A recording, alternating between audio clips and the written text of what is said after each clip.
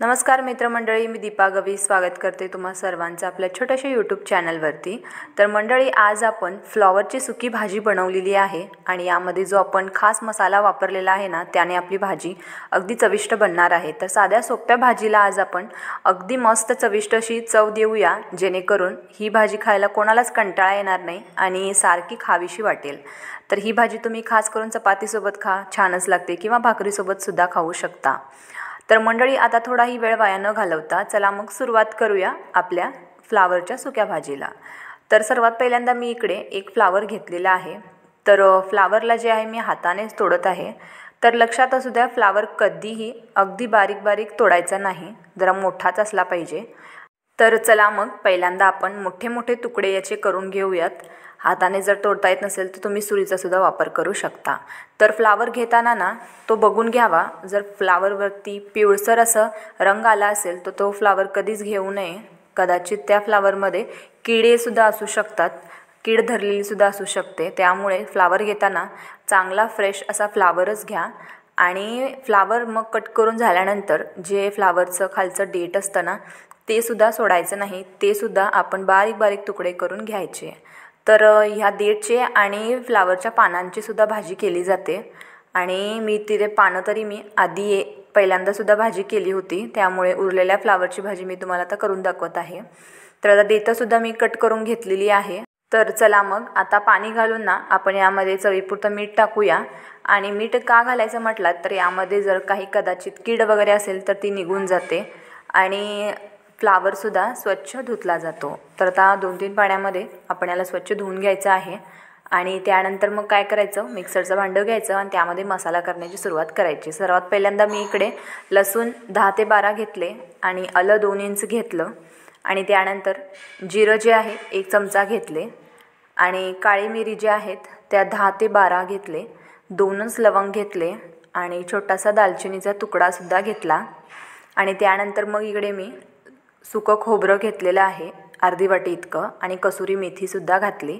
आता या मिश्रणाला आपण चांगलं बारीक करून घेऊयात।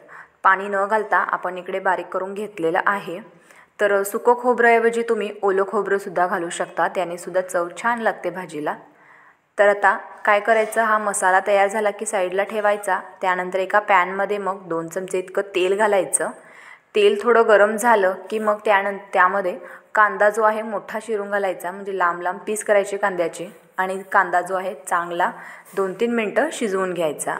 आरतून परतून हलकासा सोनेरी रंग जेव्हा शिजू लागतो ना कांदा, तेव्हा मग काय करायचं, यामध्ये टॅमॅटोसुद्धा घालायचं।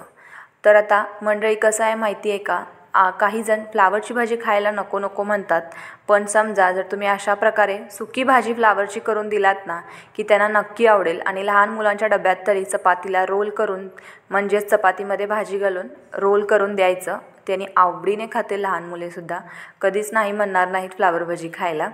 तर आता अशा पद्धतीने आपण काय केलं, कांदा आणि टॅमॅटो जो आहे चांगला शिजवून घेतला आणि त्यानंतर मग जे आपण वाटण तयार करून घेतलं होतं मसाला, तो घालायचा आणि थोडं याला परतून घ्यायचं, कुठेही पाणी नाही घालायचं। आणि त्यानंतर काय करायचे, मग आपले जे सुके मसाले आहेत ते घालायचे।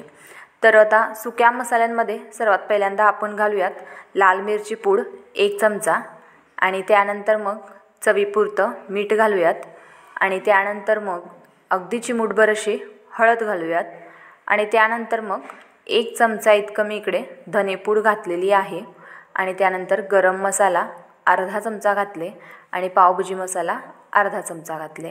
आता काय करायचं, हे सगळे मसाले कांदा टॅमॅटोमध्ये चांगले मिक्स करून घ्यायचे आणि असंच याला बारीक गॅसच्या फ्लेमवरती 2-3 मिनटं शिजवून घ्यायचं आणि मग त्यानंतर यामध्ये ना आपण फ्लावर घालायचे।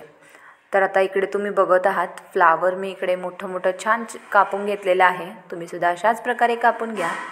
आणि त्यानंतर मग काय करायचं, चांगलं याला मिक्स करून घ्यायचं।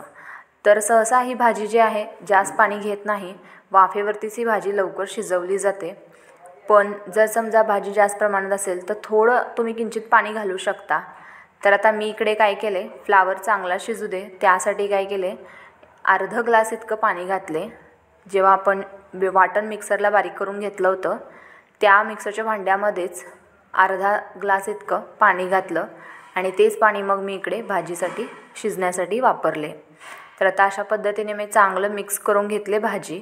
आणि त्यानंतर काय करायचं, मग आपण गॅसचं फ्लेम जे आहे अगदी मीडियम असं ठेवायचं, जास्त नाही वाढवायचं। मीडियम गॅसच्या फ्लेमवरती साधारणतः आपण इकडे 9 ते 10 मिनटे भाजीला शिजवून घेऊयात। तर चला आता पॅन कवर करून आपण याला 10 मिनटं चांगलं शिजवून घेऊयात। आणि 10 मिनटानंतर तुम्ही बघाल पाणी सगळं आटलेलं असतं आणि भाजी मात्र मस्त शिजलेली असते। हवं असल्यास मध्ये 2-3 वेळा तुम्ही भाजी परतू शकता, कारण लागूही शकते कदाचित, त्यासाठी। आता काय करायचं, चांगलं याला मिक्स करून घ्यायचं आणि वरती कोथिंबीर घालायची। कोथिंबीर तर सर्वांची फेवरेट, ती तर असलीच पाहिजे, त्यामुळे भरपूर कोथिंबीर घाला। कोथिंबीरने सुद्धा प्रत्येक भाजीला ती चव येते आणि शिवाय चांगलीही असते शरीरासाठी। तर आता कोथिंबीर घालून आपण चांगलं याला मिक्स करून घेऊयात। आणि त्यानंतर मग तयार झाली आपली फ्लावरची सुकी भाजी। तर मंडळी, यामध्ये जो आपण मसाला वापरलेला आहे तो खूप सिक्रेट मसाला आहे आणि हा मसाल्यामुळे ना भाजी अगदी चविष्ट लागते। जर तुम्ही सकाळी केलात ना तर संध्याकाळी सुद्धा तुम्ही याला फक्त एकदा गरम करून खाल्लात ना की अगदी सकाळी ताजीच भाजी लागते, मस्तच लागते। तर एकदा नक्की करून बघा घरी, आवडेल तुम्हाला। आणि मग दुपारचं जेवण जे आहे मस्त असं बनवा। मी तर राईस बनवले, आमटी बनवले, चपात्यासुद्धा बनवल्या आणि मग भाजीसुद्धा बनवले। तर चला मग आता तुम्हाला व्हिडिओ आवडला असेल, रेसिपी केलेली आवडली असेल, पद्धतसुद्धा जर केलेली आवडली असेल तर नक्की व्हिडिओला लाईक करा, चॅनलला सबस्क्राईब करा आणि जास्तच आवडली तर मग तिघांना नक्की शेअर करा, त्या तिघांना सांगा अजून तिघांना शेअर करायला। चला भेटू पुन्हा अशा नवीन रेसिपीसोबत, तोपर्यंत स्वस्त रहा, मस्त रहा।